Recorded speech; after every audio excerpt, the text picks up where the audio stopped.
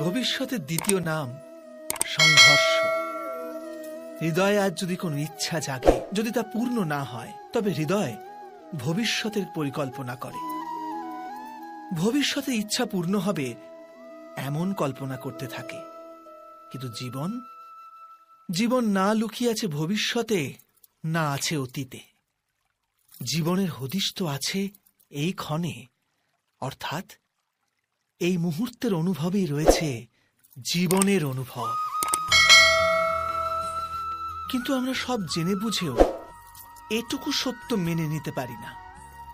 হয় আমরা পুরনো স্মৃতি দিয়ে নিজেদের ঘিরে বসে থাকি, অথবা আগামী সময়ের জন্য পরিকল্পনা করতে থাকি। আর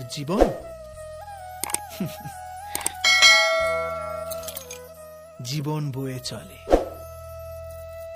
এই সত্য যদি আমরা হৃদয়ে গেঁথে নিই যে না আমরা ভবিষ্যৎ দেখতে পাই, না আমরা ভবিষ্যৎ নির্মাণ করতে পারি,